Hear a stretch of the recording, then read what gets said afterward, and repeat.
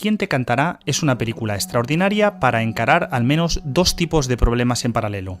El primero tiene que ver con la urgencia con la que enfrenta el problema mayor de la angustia ante el fracaso, esa idea tan contemporánea que parece imponer una cultura de masas productiva, basada en el éxito, aquello que podríamos pensar que se considera ser un sujeto óptimo, productivo, feliz, atravesado por fantasías de autosuficiencia y satisfacción. Aquí Bermud sitúa en el centro de su reflexión el malestar íntimo que emerge ante la incapacidad de ser único.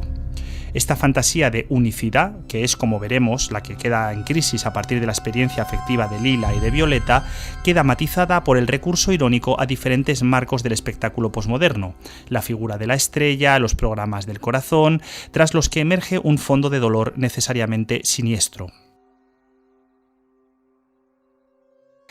¿Quién te cantará? Tiene desde su propio título una naturaleza ambigua, formulada como una suerte de pregunta directa que ha perdido los interrogantes. La película cita de manera explícita una canción del grupo Mocedades de 1978, que se reproducirá, como veremos, en la mitad exacta del film.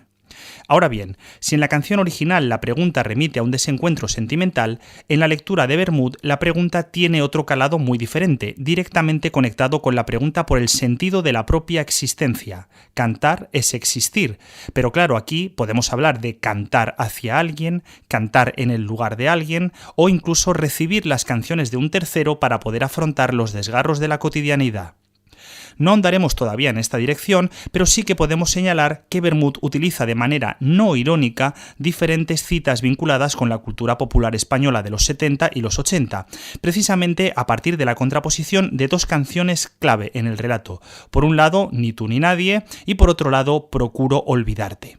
Es necesario señalar que la película en ningún momento se desploma en la parodia fácil de una cierta estética popular, sino que en una tradición cinematográfica que conecta la obra con la historia misma del cine español, lo que está en juego aquí es la reivindicación de una cierta posición melodramática eminentemente femenina, transmitida generacionalmente y reivindicada por un sector poblacional humilde. Tomar con seriedad estas canciones implica, después de todo, tomar con seriedad a sus oyentes y a sus intérpretes. El caso de Procuro olvidarte es extraordinariamente preciso en tanto el arranque de la cinta invierte el enunciado al situar en el centro a una mujer, Lila, que acaba de sufrir un ataque de amnesia. Sería el accidente narrativo, en términos de Mackie, el accidente incitador, que queda envuelto por la bruma de misterio que se despliega en este plano inicial. Una mujer que auxilia a otra tras sufrir un incidente indeterminado en la playa. La cámara se acerca a ellas cuidadosa y lentamente en un único plano en el que la línea del horizonte es hurtada una y otra vez. El mar queda trazado así como límite en el sentido estricto de la palabra. Será uno de los operadores textuales clave de la película. Es esa línea que no puede ser franqueada. El corte, tanto físico, puede acabar con los cuerpos, como visual, ya que divide, como una línea compositiva principal, los elementos en plano. De Lila, por tanto, se sugiere que ha procurado olvidar. En un sentido radical, ha procurado olvidarlo todo en lo que parece una cierta tentativa de suicidio. El punto de vista del espectador deberá reposar en un primer acto junto a ella, su incredulidad, su incapacidad para comprender los rituales, los espacios que la rodean. En el otro extremo del relato se sitúa el personaje de Violeta, que es precisamente aquella que recuerda. Lo primero que llama la atención de la voluntaria cercanía conceptual de ambos nombres es que en ambos casos pertenecen a la gama purpúrea del espectro, violeta y lila, y que a su vez reciben su nombre de dos plantas, la violeta odorata y la sirigna respectivamente. Ambos colores están vinculados por la tradición católica a la penitencia y las festividades de la Semana Santa, si bien aquí Bermud realiza un desplazamiento en conexión explícito con la maternidad. En efecto, como desarrollaremos en otro de los capítulos de esta serie, los dos personajes quedan a su vez desdoblados en otras dos mujeres que despliegan los ecos de su situación de angustia. Por una parte, Lila cuenta con una suerte de madre simbólica que cuida su enfermedad, y a su vez Violeta sufre a una hija tiránica a la que no ha sabido cuidar y que parece experimentar una suerte de trastorno autolesivo. Por el momento, debemos indicar que la percepción de la identidad se construye en ambos casos a partir de la música. Lila usurpa el lugar en el mundo de su madre drogadicta, Violeta sobrevive a su hija gracias a una proyección obsesiva con las canciones de Lila.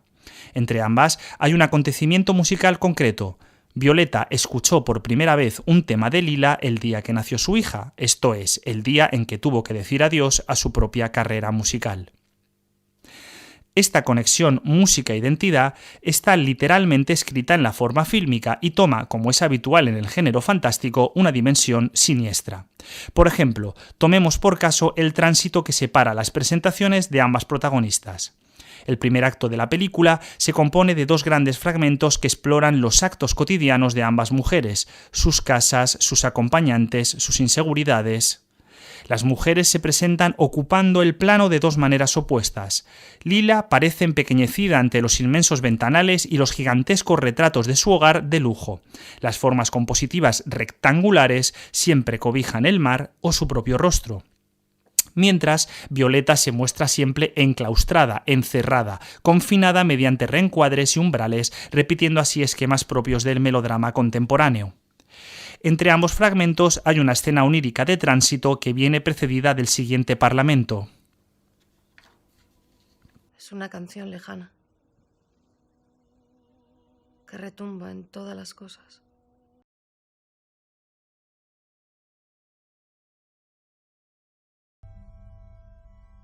¿Puedes sentirla tú? Porque a mí me va a reventar por dentro. La música, como la maternidad, surge desde el interior del cuerpo y amenaza con reventar sus contornos. Las canciones tarareadas por la madre durante la gestación son experimentadas por el feto como un sinónimo de hogar y un anclaje ante la brutal presencia de los estímulos que surgirán tras el nacimiento. Recordemos la pregunta clave con la que se abre la película: ¿quién te cantará? ¿Quién nos cantó en primer lugar, sino la madre? En la cinta, Vermouth se vale de un único plano de acercamiento sobre el rostro de Lila, atravesado mediante un fundido no narrativo que muestra el mar en picado ocupando todo el encuadre, un límite que lo ocupa todo. La música, el horror y el mar se conectan como una cadena significante que ya quedaba anunciada en su colapso inicial. No puede recordar la canción lejana vinculada con el mar, con el patrón fílmico y visual del oleaje. Y no puede hacerlo porque, en esencia, es una canción que no le pertenece, que ella ha sido incapaz de escribir nunca, como su propia identidad.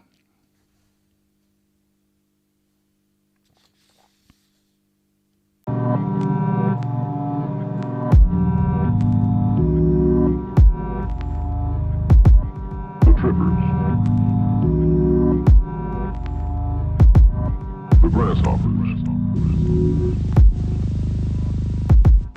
the hipworms,